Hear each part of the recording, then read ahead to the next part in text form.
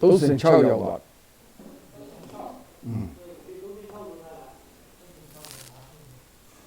6ရောက်ပါ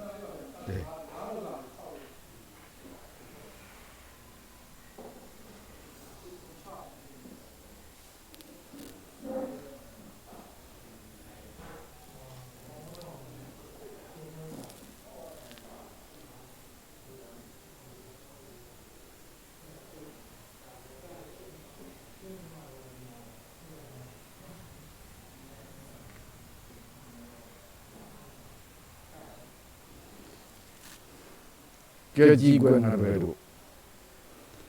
ဒေသပြင်းပြင်းပြင်းကိုရည်ကြောင်းနဲ့မင်းမင်းကြီး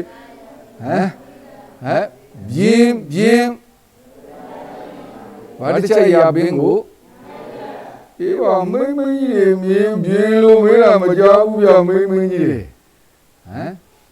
ပြင်းဇနာဒါလို့မဟုတ်လားဟိဒေတာပြင်းစနာဒေတာရဲ့အနေကကျွင်းကုန်တော်တဲ့ဒေတာရဲ့အနေကဒေတာရဲ့အနေကငါတို့မောဇာမဥပြာဒီဘက်ကိုအခရာဘယ်နှလုံးကိုအခရာဘယ်နှလုံးတို့အောအဆုံးရှိတဲ့အခရာကအေးအောဆုံးရှိတဲ့ရှင်လုံးသောအခရာဒီကိုဘာအမည်မဲ့ခဲ့တော့ကွယ်ဘယ်သုံးတယ်တော့ကွယ်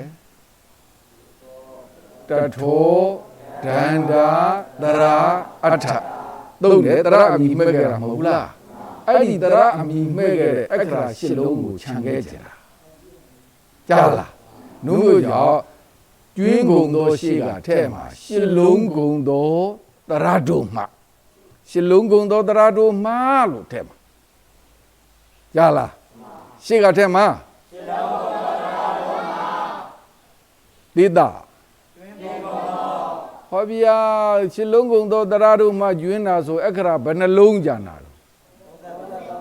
အခရာဘယ်နှလုံးကြံတာတော့အဲ့ဒါကိုကြည့်ပြီးတော့33လုံးဂုံသောအခရာတို့သည်ဗျကြားလားအဲ့ဒီ33လုံးသောအခရာမှာမသေးမငုံမှနဲ့33လုံးသောအခရာမှာအကြည့်စမ်းမှာအစကဘယ်သူတော့ကွယ်ကာကြီးမဟုတ်ဘူးလားအဲ့ဒါကိုကာအခရာအစရှိဂုံတော်တဲ့အဆုံးကဘယ်သူတော့ကွယ်ဟုတ်လို့လားဟာဟုတ်တာပေါ့အဆုံးကဘယ်သူတော့ဟာအဲ့ဒါကိုနေကဟေးလို့ခေါ်တယ်ကွကျိုးရှင်းနှမ်းတော့ကြရင်ဒီတတုတ်ကြော်ကြရင်သူ့ကိုနာမည်ပေးလိုက်မယ်နေကဟိတ်လို့ကြားလားနှုတ်မို့ကြောင့်နေကဟိတ်အဆုံးရှိဂုံတော်လို့ထည့်လိုက်မယ်ကြားလားအစရောအဆုံးရောကြားလားဘာအစရှိဂုံတော်ကဘာအစရှိဂုံတော်နောက်ကအဆုံးရှိဂုံတော်33လုံးဂုံသောအခရာတို့သည်အဲ့ဒါကျွင်းဂုံသောနောက်ကအဲ့ဒီ3ချက်ထက်မှာကာအခရာအစာရှိဂုံသောနေဂဟိအဆုံးရှိဂုံသော33လုံးဂုံသောအခရာတို့သည်ဟာကျွင်းဂုံသောရှိကလေဘယ်နှချက်3ချက်မင်းကြီးနဲ့မလုံးနဲ့တော့ဘုန်းကြီးနဲ့အမေးဖြေပြန်လုံးနေမေးဖြေနေလူကြီးမင်းကြီးတွေဆိုတော့မေးလို့လည်းမဖြစ်နိုင်ကျွန်းကုန်သောရှေ့ကနောက်ကဘယ်နှချက်တဲ့ဘာတဲ့တော့တစ်ချက်နှစ်ချက်ဘာတဲ့နောက်ဆုံးတစ်ချက်ပြန်ပြောစမ်းဆိုပြီးတော့ဘယ်နှချက်ထဲ့တာ3ချက်ကျွန်းကုန်သောရှေ့ကထဲ့တာကတစ်ချက်ဘာလို့ရှင်လုံးဂုံသောတရတို့မှာရှေ့ကထဲ့တာပြောပါဆိုဘာကျွန်းကုန်တော်လို့ဘာလို့ထဲ့ပြောနေတာတော့ကျွန်းကုန်သောရှေ့ကထဲ့တာဘယ်နှချက်တို့ဘာတဲ့တော့ဘာတဲ့နောက်ကထဲ့တာက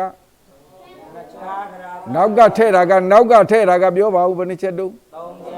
၃ချက်ပထမတစ်ချက်ကနောက်တစ်ချက်ကနောက်တစ်ချက်ကလို့ဆိုတာမဟုတ်ဘူးလားအဲ့ကြတော့ဆိုမယ်ပဲနော်သေတာ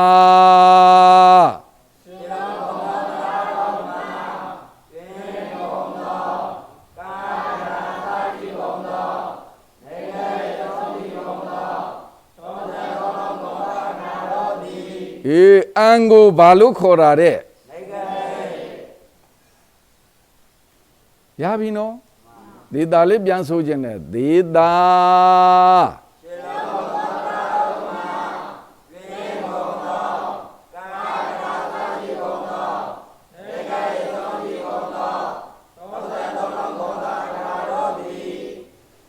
ပြင်စနာတွေ့လားဟိခွဲပြင်စနာအားခွဲပြင်စနာအားပြင်စနာကြည့်အောင်နော်မြန်မာအဲ့ဒီပြင်စနာကိုမြန်မာပြန်တဲ့အခါသေချာကြည့်ထားပါပြင်စနာကိုပဲသေချာကြည့်ထားပါဘုန်းကြီးသေချာကြည့်ပြောပါလိမ့်မယ်ပြင်စနာဆိုတဲ့ပါဠိကိုမြန်မာပြန်တဲ့အခါနတ်ငယ်ဖြုတ်လိုက်မယ်အဲ့ကြတော့ဘာကြံတော့ဟိပြင်ဇာကွဲဖြုတ်လိုက်မယ်ဘာကြံတော့ဟိဟောပြင်ညာကြီးလားညာလေးလားဟိခုတော့ညာကြီးနဲ့ပြင်မှာတဲ့ညာကြီးနဲ့ပြင်ရင်ဘလို့အတန်ထွက်မှာပြီးဟာပြီးသေးဘူးလေပြီးခုတော့ဝဇ္ဇနှလုံးပေါက်ပါထည့်ရင်တော့ပြီးဟာကြာလားဟုတ်ပြင်စနာကိုမြန်မာပြန်တဲ့အခါဘာဖြုတ်တယ်နတ်ငယ်ဖြုတ်တယ်နတ်ငယ်ဖြုတ်ရင်နတ်ငယ်ဖြုတ်ရင်ဇာကွဲဆက်ဖြုတ်တယ်ခုတော့ညာလေးတက်ကိုညာကြီးတက်ပြင်းတယ်ပြီလုံးကြီးတင်ဆံခတ်တန်လေပြီခုတော့ဝဇ္ဇနှလုံးပေါက်ထဲတော့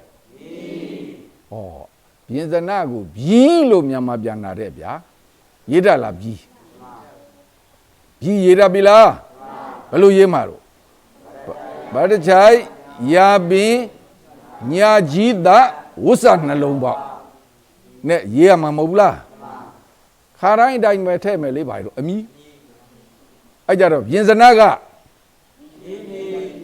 ပြင်စနာကပြီပြင်စနာကထဲ့အာဟောပြင်စနာ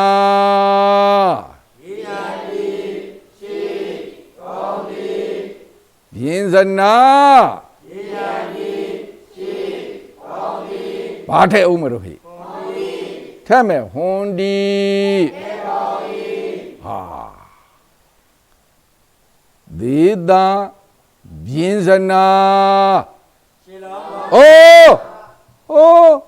ဘမမလို့ရဘယ်နဲ့ကုမတော့ပါဠိဖတ်ပြီးတော့ရဘယ်နဲ့ဒေတာပြင်စနာဒါလို့မဟုတ်လားသုံးနဲ့စတော့မယ်ဒေတာ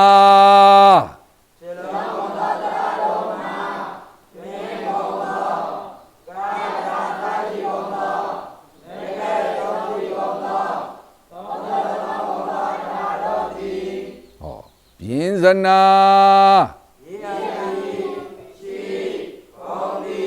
မလုံးနဲ့နော်မလုံးနဲ့နော်ဟွန်းဒူတဲ့ဘဒူတဲ့ကိုသောမနာနန်ကိုရောလျာ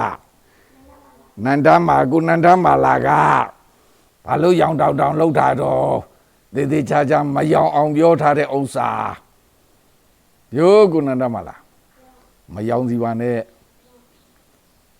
ရံပေးမဲ့ပြင်စနာရောက်သွားမဟုတ်လားပြင်စနာ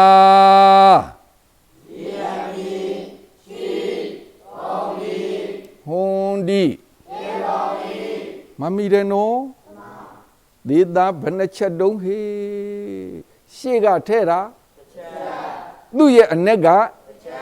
နောက်ကထဲ့တာအားလုံးဘယ်နှချက်တုံးဟေးရန်ဆိုမဲ့ဒေတာဟ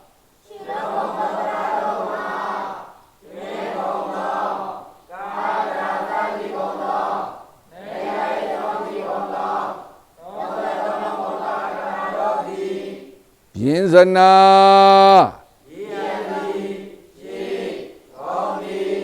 ဟွန်ဒီဟုတ်တိသွားပြီငါတပည့်တို့ဟုတ်တိသွားပြီငါတပည့်တို့အပူလေးထည့်လိုက်တာတဲ့ဗျာ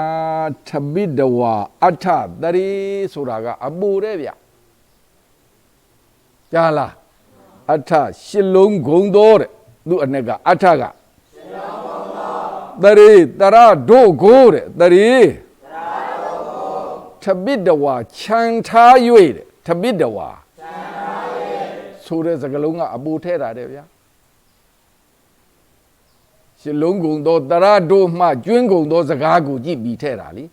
ရှစ်လုံးကုံသောတရတို့မှကျွင်းရမယ်ဆိုရင်ရှစ်လုံးကုံသောတရတွေကိုမလုပ်ခဲ့ရမှာခြံခဲ့ရမှာအဲ့ဒီအကြောင်းသိစေခြင်းလို့တဲ့ဗျာရှေ့ကအပူထဲတာအထာအထာတရီတရီထပိတဝါ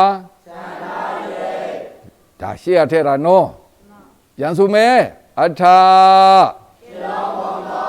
တရီထပိတဝါဟောဒေတာရှေ့ကထဲဥမှာမဟုတ်ဘူးလားဟိဘာတဲ့တော့ဟုတ်ပြီဒေတာရဲ့အ ਨੇ ကအဲ့ဒါကသုတ်ထဲအတိုင်းပဲလीဟုတ်ဘူးလားဒေတာ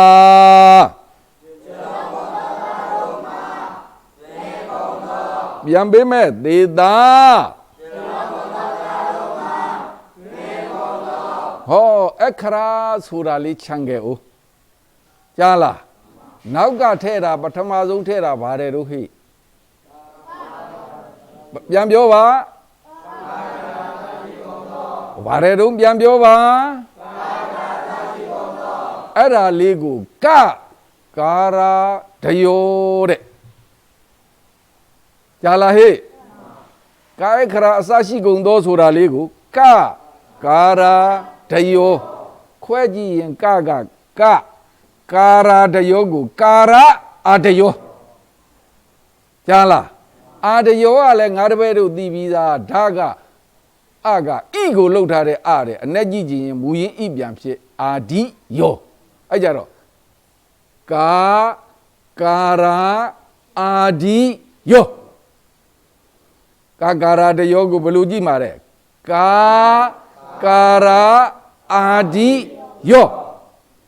ငါတပည့်တို့သိပြီးသားပါကာရကမဟုတ်ဘူးလားဟေ့ပြန်ပြောကာရကအာဒီကဟုတ်ပြီမို့လို့ထည့်ပေးမှာကယောဂဟောအဲ့ဒါကာယခရာအစရှိကုန်တော့ပဲမဟုတ်ဘူးလားဟာဟုတ်ဘူးလားလို့ကာရကအာဒီကထည့်ပေးမှာယောဂဘာနဲ့ဖြတ်တော့ဘယ်နဲ့ဖြတ်တို့ကြီးဒါလေးမတွက်တတ်ဘူးတဲ့1 2 3လေးမရေတွက်တတ်တာပေါ့ငါတပည့်တို့ကဘယ်နဲ့ဖြတ်တို့ဟေးအေးဘောဘသူကတစ်ဖြတ်ဟုတ်တယ်နောက်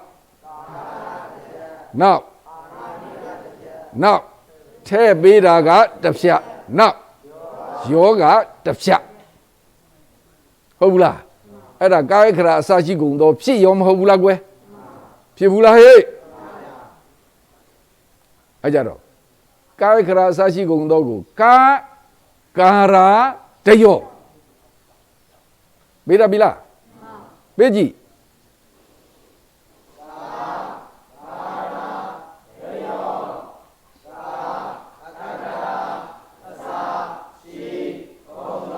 ဖြစ်တာမဟုတ်ဘူးလားဟေးအဲ့ဒါကာယခရာအစရှိကုန်တော့မဟုတ်ဘူးလားတခါသူ့နောက်ကထည့်ပေးတာက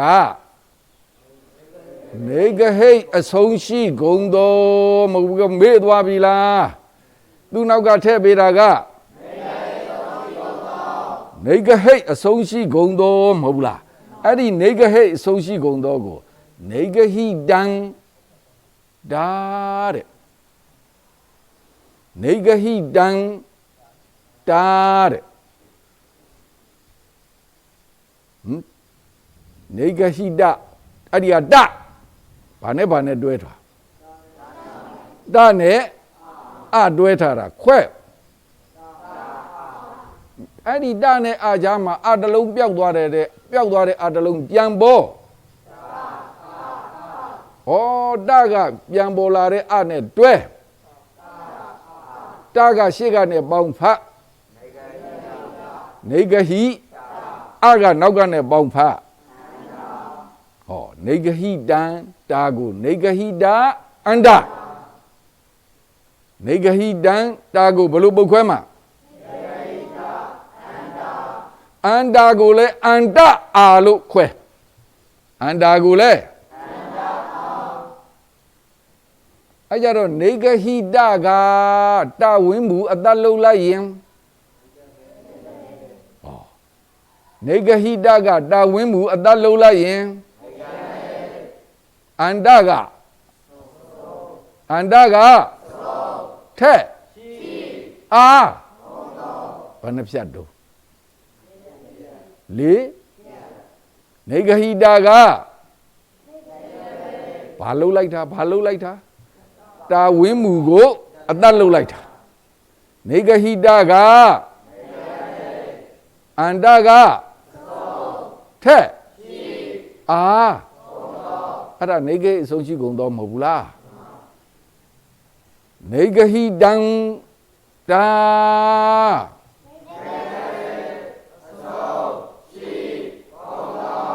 နေဂဟိတံတာ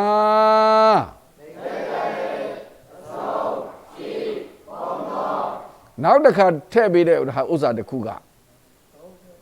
33လုံးကုန်သောအခရာတို့သည်မဟုတ်ဘူးလားဟာဗါတဲ့အခရာဆိုတာအဲ့ဒီတိုင်းပေးမှာအခရာတွေ့လားခုနကခြံခဲ့တဲ့အခရာအခရ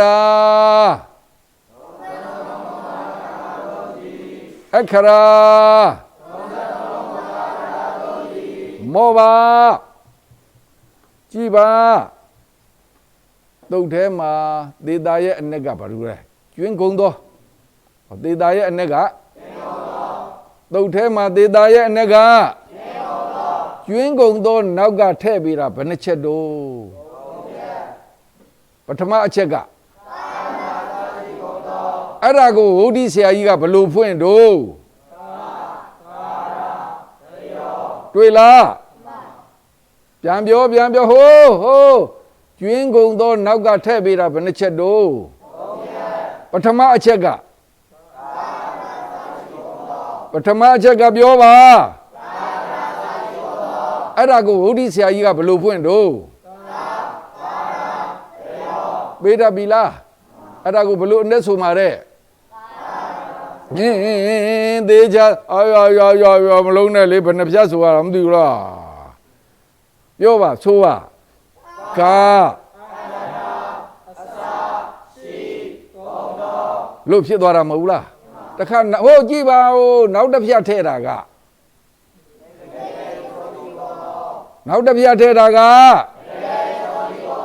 အဲ့ဒါကိုဝုဒ္ဓဆရာကြီးကသေချာပြီးအောင်သွားပြီးအောင်ပါသေးချာပြီးအောင်ပါဦးနေဂဟိတံဒါလို့ဖားတယ်နေဂဟိအဆုံးရှိကုန်သောကိုဝုဒ္ဓဆရာကြီးကနေဂဟိအဆုံးရှိကုန်သောကိုဝုဒ္ဓဆရာကြီးကနေဂဟိတံတာကိုဘလို့ခွဲအနဲ့ကြည့်မယ်နေဂဟိတာအန္တာအာလို့ခွဲကြည့်မှာမဟုတ်လားနေဂဟိတံတာကိုဘလို့ခွဲကြည့်မှာတဲ့နေဂဟိတာကအန္တကထက်ပေးတာကအာကဟုတ်ဘူးလားသောမနာမမိဘူးလားမသိဘူးဟမ်မောပါဦးကြည်နော်ကျွင်းကုန်သောနောက်ကထည့်ပေးတာခုဘယ်နှချက်ပြီးပြီတော့ထည့်ပေးတာဘယ်နှချက်တုံးဟေး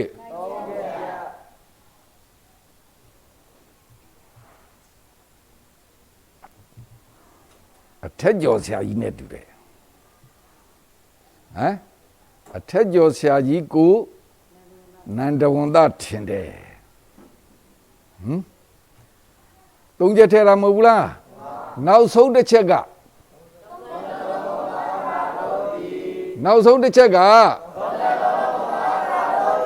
အဲ့ဒါကိုဝုဒ္ဓဆရာကြီးကအခရာကြားလားအဲ့ဒါကိုဝုဒ္ဓဆရာကြီးကအဲ့ဒါကိုဘုန်းကြီးတို့က33လုံးဂုံသောအခရာတို့သည်လို့ပေးမှာမဟုတ်ဘူးလားဟုတ်မောမြင်ရလားမြင်ရလားဟမ်ဘုဒ္ဓဆရာကြီးကအပူထဲတာလေးရှေ့ကတောင်ပါသေးဗါတဲ့ထပိတဝါအထတရေအထတရေထပိတဝါမေ့နေပြီလားကိုသောမနာကြီးမပြောနိုင်ဘူးနော်ရှေ့ကအပူထဲတာနော်ဘုဒ္ဓဆရာကြီးကဗါတဲ့အထတရေထပိတဝါပြီးမှသေတာရှေ့ကဥစ္စာထည့်ရမှာမဟုတ်ဘူးလားသေတာ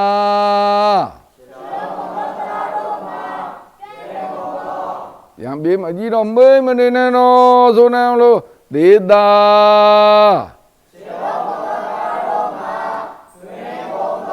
ဟောနောက်ကပထမဆုံးထည့်တဲ့ဥစ္စာကိုကာရာဒယော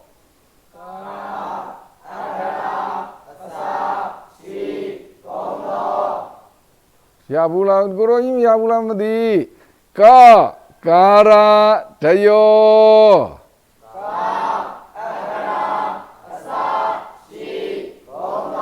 ဒုတိယထည့်တဲ့ဥစ္စာကိုနေဂဟိတံတာ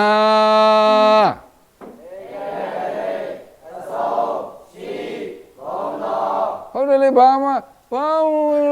နေရလို့မရှင်းမနေအောင်မသိဘူးလားခေါင်းစိတ်ထဲမှာဒုတိယထည့်တဲ့ဥစ္စာကိုနေဂဟိတံတာ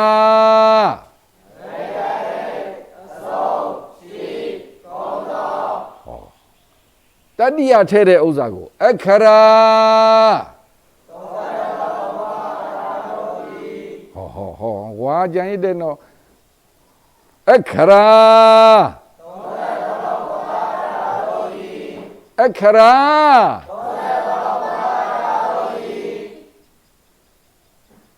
ဟုတ်ဒီမှာကြည့်လိုက်စမ်းပါဦးငါတပည့်တို့ရေ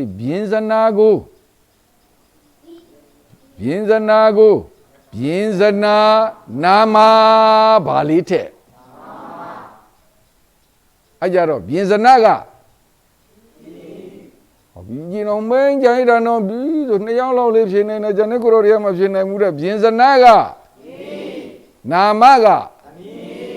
ထက်ပေးမှာကအာကဒါကိုမပြေနိုင်မင်းနဲ့မိန်ကြံရသေးတာလားထုံးစံလေးကို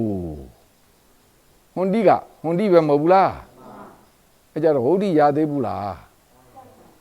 ရှေ့ကအပူထဲတာလေးပြောမယ်အထာဖြည်းဖြည်းအထာတရေထပိတဝါအတန်လေးကနော်ပြီးအောင်မလုပ်ဘူးနော်ချမ်းရွေးနဲ့ပြန်ဆိုမဲ့အဲ့ဒီအပူထဲတဲ့ဟာကိုပဲအတန်မကြိုက်လို့အထာတရေထပိတဝါစပြီးမောင်ကြီးသေတာ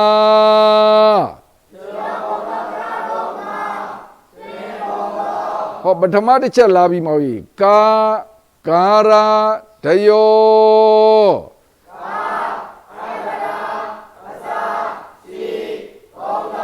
ဒုတိယတစ်ချက်လာပြီးမောင်ကြီးနေဂဟိတံတာ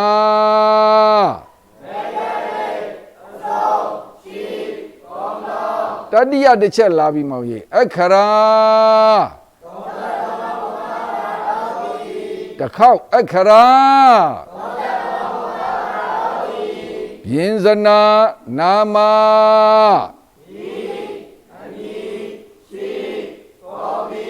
ဟွန် ဒီဟာဟုတ်ဘူးလားငါတို့ပဲတော့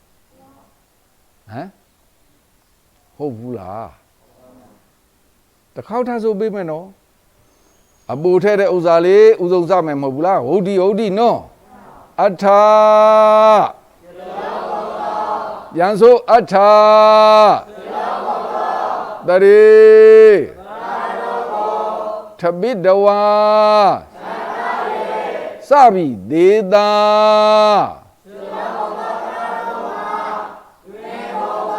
ပထမတစ်ချက်ကာရာတယော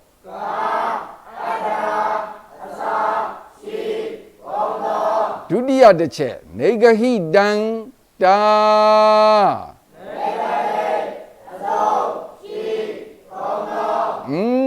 တတိယတစ်ချက်အခရာယင်းဇနာနာမ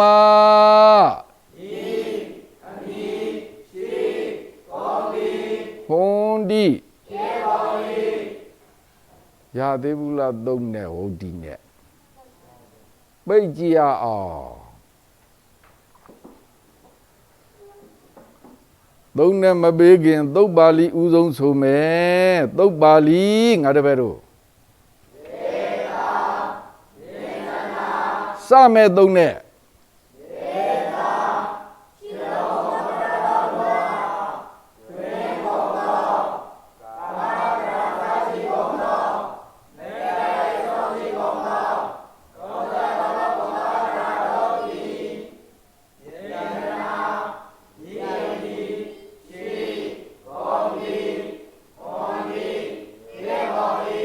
ဟုတ်ဒီ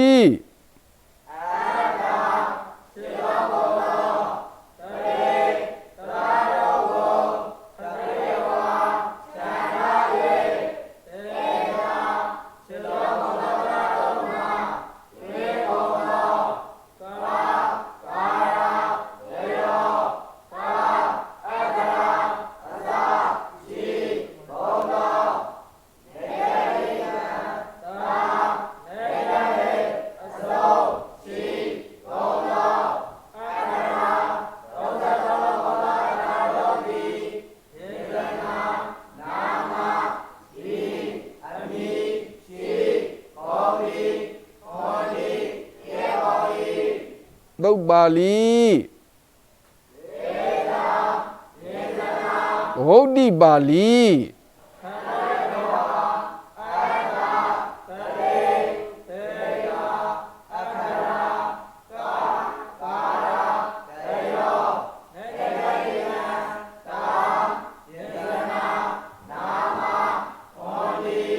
ပျောက်သလားပါဠိဟုတ်ဒီပါဠိတစ်ခေါက်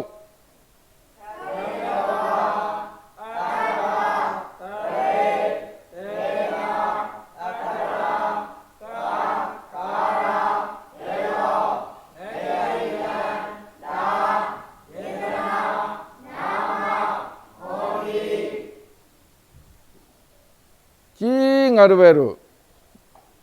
တန်ကိုဘလို့ပြင်မာတို့သူ့အနက်ကိုဘလို့ပေးမာတို့ထိုးမဟုတ်ဘူးလားဒံတေယထာဟောပြန်ပေးဦးမယ်တံတေယထာအမေးပြီးရောအဖြေလာပြီကာခာဂါဂါငါစာစာဇာဇာညာ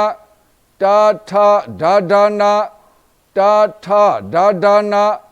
ပါဖဘာဘာမယာရလာဝသဟလာအံ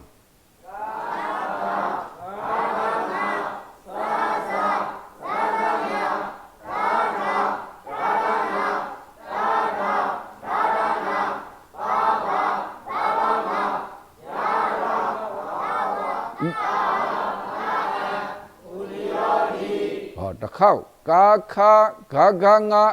စာစာဇာဇာညာတာထဒါဒါနာတ တာထာဒါဒါနာပါဖာဘာဘာမလေးလုံးယာရာလာဝသာဟလာအန်လေးလုံး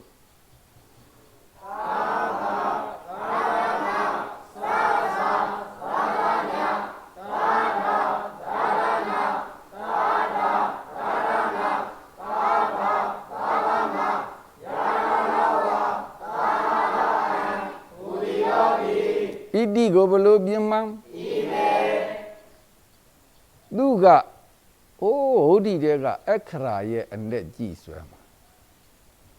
ဆွဲတတ်ပြီလားဘလို့ဆွဲမှာဖြစ်ရတော့မှာမဟုတ်ဘူးလားဣတိဣမေဣတိဣမေပြင်ဇနာနာမပြင်ဇနာကနာမကအာကအေးပေါ့ပြင်ဇနာနာမရံပေးဦးမယ်ဣတိဣမေပြင်ဇနာနာမဟောပြီးရောအမေအဖြေနိကိုလွယ်တယ်နော်နောက်တစ်ချက်သွားမယ်အမေနောက်အမေကလည်းရလောက်တယ်အောင်မိတာပဲဒီနာကိုဘယ်လိုအနဲ့ပေးမလို့ထိုးဘယ်မဟုတ်ဘူးလားဒီနာကိုထောကိုအထောဒရာပဂတိပြင်စနေဒီတော့လေးကြည့်ထားနော်ဒရာပဂတိပြင်စနေရပြီလားဒရာပဂတိပြင်စနေ၃ချက်ဣဒီအာဒီသူသုတ်တေသူ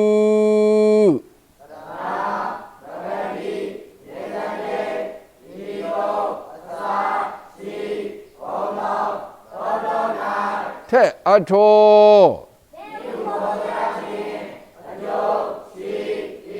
ပြန်စို့အထောဟာရဘူးလားရဘူးလား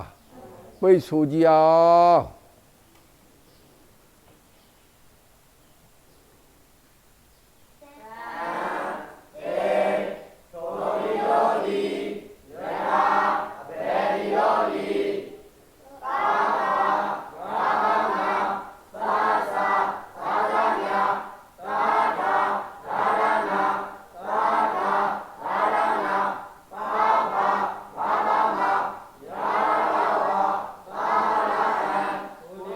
โอ้ဒီပြီလားကိုရောကြီးတွေကဒီလောက်မှတမာတိမရှိဘူးလားပြန်ဆိုနှစ်ခုလုံးဒီလောက်မှတမာတိမရှိဘူးလားအပါဠိမမသိအ내မမသိနော်ခိုးစားပါဠိကြီးတောင်ဟူဒီတို့ဒီထဲနာပေါ့လို့ကိုရောကြီးတို့ကပြန်ဆိုပါဠိ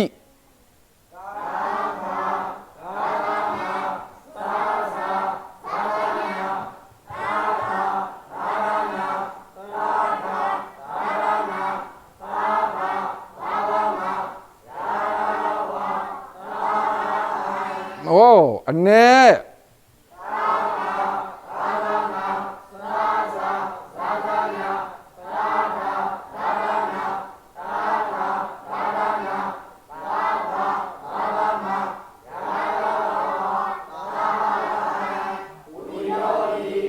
ဒီကို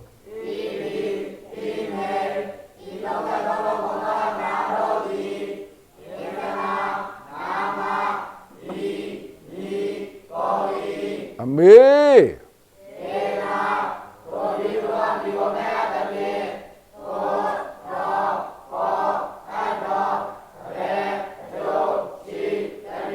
အဖြေ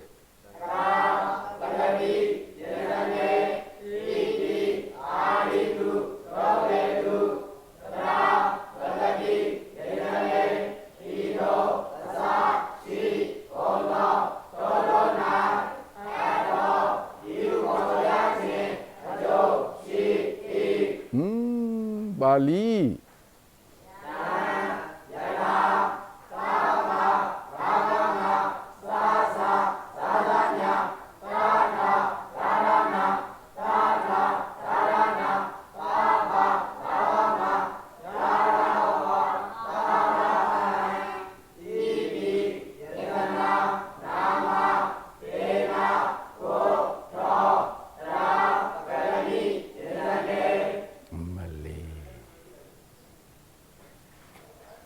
ပြန်ကြည့်ပါ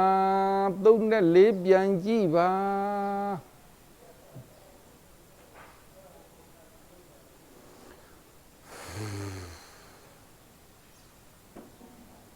34ပြန်ကြည့်ပါပြင်ဇနာဟွန်ဒီမြန်မာပြန်လေးဆိုတတ်ရဲ့လားမသိပြင်ဇနာဟွန်ဒီဟုတ်တာပေါ့ပြင်ဇနာဟွန်ဒီအဲ့ဒါလေးကြည့်ပြီးတော့ဘုန်းကြီးတို့ကဘာပြောမယ်ဘာပြောမယ်တခါမြန်မာပြန်မဲ့ကြည့်အောင်တော့ဗိန္ဒထချုပ်တာမဟုတ်သေးဘူးနော်သေတာပြင်ဇနာဟွန်ဒီသေတာကို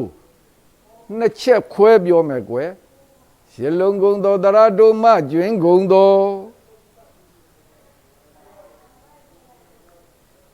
ရှည်လုံးမဲ့တဲ့နှစ်ချက်ထဲတောင်ဘုန်းကြီးပြန်၄ချက်တောင်တခါတည်းခွဲပြောလိုက်ခြင်းလေနော်ရှစ်လုံးကုံတော်တရတို့မှကျွင်းကုံတော်ကာယကရအစာရှိကုံတော်နေကေအဆုံးရှိကုံတော်33လုံးကုံတော်အခရာတို့သည်လို့ပြောကြစို့နော်ကြာလားပေါင်းနေရှည်လုံးမစိုးလို့လေနော်လေပြမစိုးနိုင်မစိုးလို့ဟုတ်လားအဲ့ကြတော့ဒေတာကြည့်ပြီးဘယ်နှချက်ဆိုမယ်မြန်မာပြန်ဘယ်နှချက်ဆိုမယ်အနဲ့တုံးကအတိုင်းပါပဲကွယ်တစ်ချက်ပေါင်းတာပါနော်အဲ့ကြတော့ဒေတာကြည့်ပြီးမြန်မာပြန်ဆို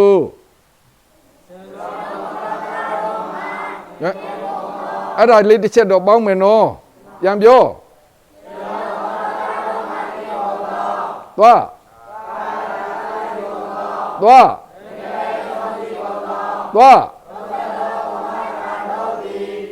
ပြင်ဇနာဟိုကိုတော့မြန်မာပြန်နဲ့ယောပိဏနာနဲ့ယောကုန်ပါပြီလားပြင်ဇနာဟောလုံးပေါင်းကပြင်ဇနာဟွန်ဒီမရဘူးလူကြီးတွေကလည်းကလေးတွေနဲ့ရောင်းတာလားကွာ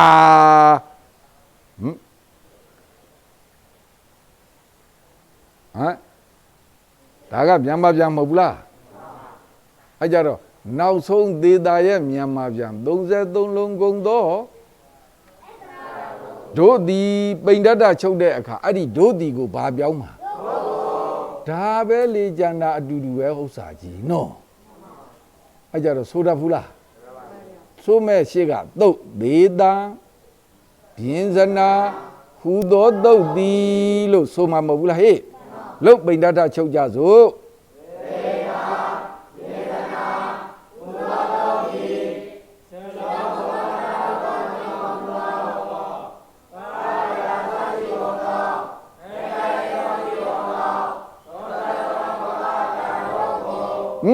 အခရာ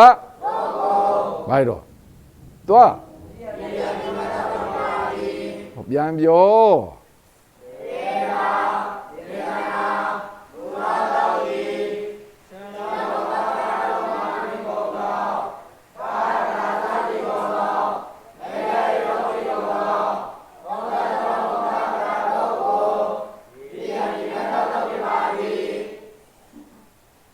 ရဘူးလားဟိသွားမယ်အမေတန်တေယထာဆိုတဲ့အမေပြန်မေဖြေပြီး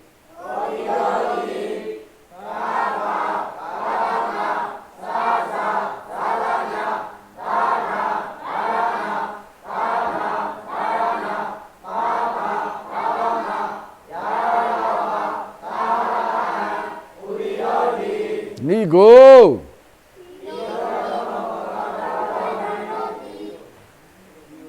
နိကို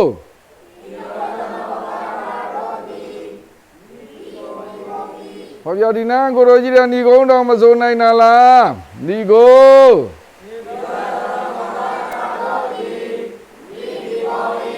ယောပထနောက်တကနောက်သွားပြီနောက်အမေးတစ်ခု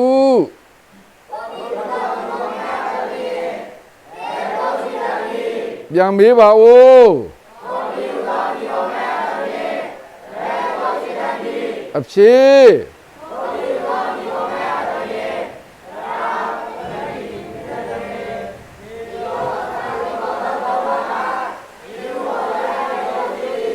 ပြန်ဖြေပါဦး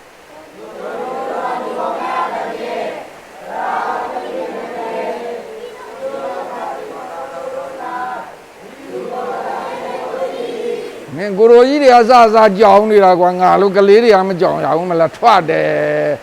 ကိုရိုကြီးတွေအစကြောင်နေတယ်ကွာပြန်ဆိုကွာအဖြေ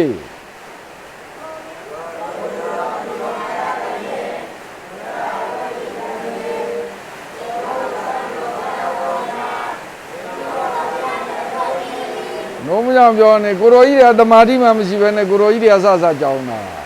ကဲတော်ကြအောင်ဆိုငါတို့